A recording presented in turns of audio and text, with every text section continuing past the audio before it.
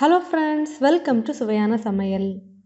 இன்றைக்கி நம்ம சுவையான சமையல் சேனலில் ரொம்பவே சுவையான ஆம்பூர் சிக்கன் பிரியாணி எப்படி ரொம்பவே சுலபமாக செய்கிறது அப்படிங்கிறத தான் பார்க்க போகிறோம். வாங்க வீடியோக்குள்ளே போகலாம். சுவையான சமையல் சேனலை நீங்கள் இன்னும் சப்ஸ்கிரைப் பண்ணலைன்னா சப்ஸ்கிரைப் பட்டனை கிளிக் பண்ணி சப்ஸ்கிரைப் பண்ணிக்கோங்க. கூடவே பக்கத்தில் வர பெல் ஐக்கானை கிளிக் பண்ணி ஆல் செலக்ட் பண்ணிக்கோங்க. இந்த சேனலில் வர வீடியோஸை மிஸ் பண்ணாமல் பாருங்கள். ஒரு பாத்திரத்தில் கொஞ்சமாக தண்ணி எடுத்துக்கோங்க. இதில் உங்கள் காரத்துக்கு ஏற்ப காய்ந்த மிளகாய் சேர்த்துக்கோங்க. நான் இதில் ஒரு 17 காய்ந்த மிளகாய் சேர்த்துருக்கேன். இந்த பிரியாணிக்கு பார்த்தீங்கன்னா நம்ம மிளகாய் தூள் எதுவுமே சேர்க்க போகிறதில்ல. இந்த காய்ந்த மிளகாயோட காரம் தான், நீங்கள் அதுக்கேற்ற மாதிரி பார்த்து சேர்த்துக்கோங்க. இந்த காய்ந்த மிளகாவை இந்த தண்ணியில் ஒரு 15லேருந்து 20 நிமிஷம் வரைக்கும் நல்லா ஊற விடுங்க. பாருங்கள், இந்த காய்ந்த மிளகாவை தண்ணியில் நல்லாவே ஊற வச்சு எடுத்தாச்சு. இப்போது இந்த காய்ந்த மிளகாவை ஒரு மிக்ஸி ஜாரில் சேர்க்கலாம். இந்த மாதிரி காய்ந்த மிளகாவை தண்ணியில் ஊற வச்சு அரைக்கிறதுனால சுலபமாகவே அரைச்சி எடுக்கலாம். கூடவே தேவையான அளவுக்கு தண்ணி சேர்த்து இதை நல்லா அரைச்சி எடுத்துக்கோங்க. இதில் பார்த்தீங்கன்னா நான் காய்ந்த மிளகாவை ஊற வச்சு எடுத்த தண்ணியை தான் இதில் சேர்த்துருக்கேன். பாருங்கள், இதை நல்லாவே அரைச்சி எடுத்தாச்சு. இப்போது இதை ஒரு பவுலில் மாற்றி வைக்கலாம். இப்போது இந்த மாதிரி ஒரு பாத்திரம் எடுத்துக்கோங்க. இது நல்லா சூடானதுக்கப்புறமா இதில் தேவையான அளவுக்கு எண்ணெய் சேர்த்துக்கோங்க. எண்ணெய் சூடானதுக்கப்புறமா கொஞ்சமாக பட்டை சேர்த்துக்கோங்க. அடுத்ததாக ஒரு 10லேருந்து 15 கிராம்பு சேர்த்துக்கோங்க. 2 அன்னாசிப்பூ சேர்த்துக்கோங்க. ஒரு 10லேருந்து 15 ஏலக்காய் சேர்த்துக்கோங்க.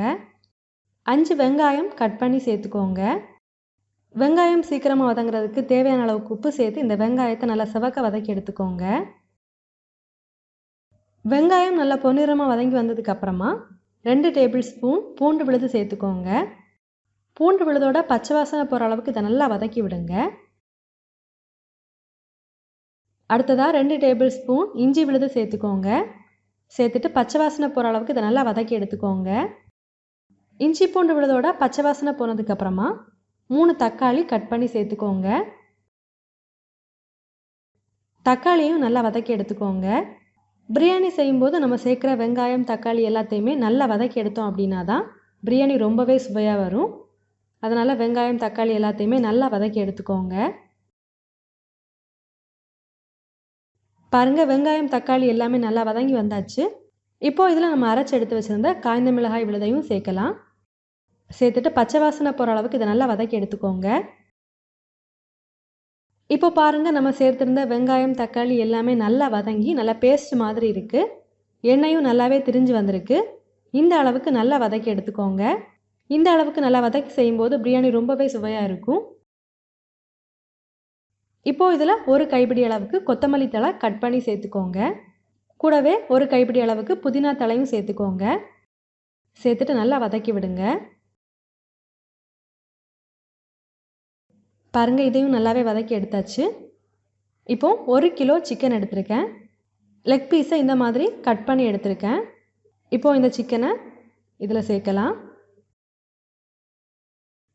இதில் நம்ம சேர்த்துருக்கிற எண்ணெய் நல்லா திரிஞ்சு வர அளவுக்கு நல்லா வதக்கி விட்டுக்கோங்க.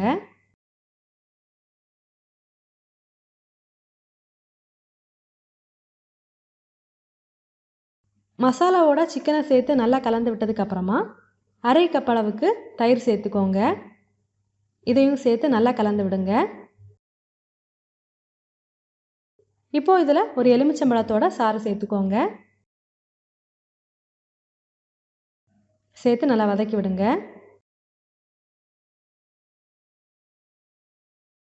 பாருங்கள், இதை நல்லாவே வதக்கி விட்டாச்சு. இப்போ பார்த்தீங்கன்னா சிக்கன் தண்ணியை வெளிவிட ஆரம்பிச்சிருக்கு. இப்போது இதை மூடி போட்டு நல்லா வேக விடலாம்.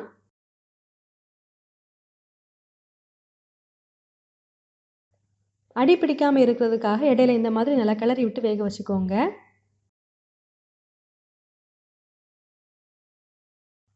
இதில் தேவையான அளவுக்கு உப்பு சேர்த்துக்கோங்க.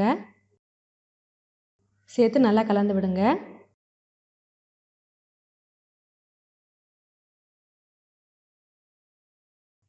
இப்போது இதை ஓப்பன் பண்ணி பார்க்கலாம். பாருங்கள், சிக்கன் ஓரளவுக்கு நல்லாவே குக்காகி வந்திருக்கு. பாருங்கள், 1 கிலோ சீரக சம்பா அரிசியை தண்ணியில் நல்லா க்ளீன் பண்ணி 1/2 மணி நேரம் தண்ணியில் நல்லா ஊற வச்சு எடுத்திருக்கேன். இப்போது தண்ணியை நல்லா வடிகட்டினதுக்கப்புறமா இந்த அரிசியை இதில் சேர்க்கலாம். பிரியாணி செய்யும்போது அரிசியும் கறியும் ஒரே அளவில் சேர்த்திங்க அப்படின்னா பிரியாணி ரொம்பவே சுவையாக வரும்.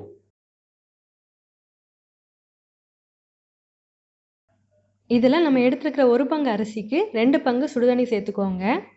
சிக்கன்லேருந்து வெளிவந்திருக்கிற தண்ணியையும் சேர்த்து கணக்கு பண்ணிக்கோங்க. அப்போது தான் தண்ணியோட அளவு கரெக்டாக இருக்கும். இதில் நம்ம சேர்த்துருக்கிற அரிசி உடையாமல் இதை ஒரு வாட்டி நல்லா கலந்து விட்டுக்கோங்க. இந்த தண்ணியில் உப்பு கொஞ்சம் அதிகமாக இருக்கிறது மாதிரி பார்த்துக்கோங்க.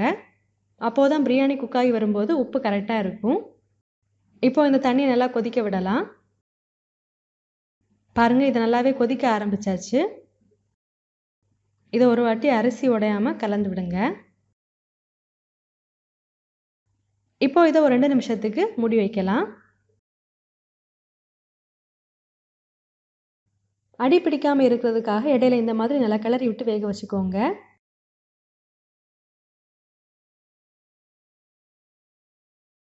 இப்போ பாருங்கள், அரிசி ஓரளவுக்கு நல்லாவே குக்காகி வந்தாச்சு. இப்போ இதை ஒரு வாட்டி நல்லா கலந்து விடலாம். இந்த ஸ்டேஜில் இதை மூடி வச்சு தம் போடலாம்.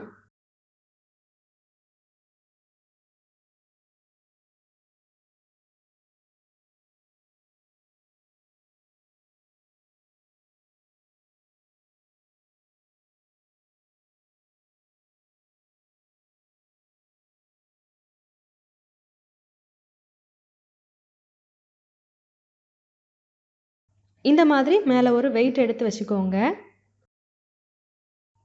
ஒரு 10லேருந்து 15 நிமிஷத்துக்கு அப்புறமா நம்ம இதை ஓப்பன் பண்ணி பார்க்கலாம்.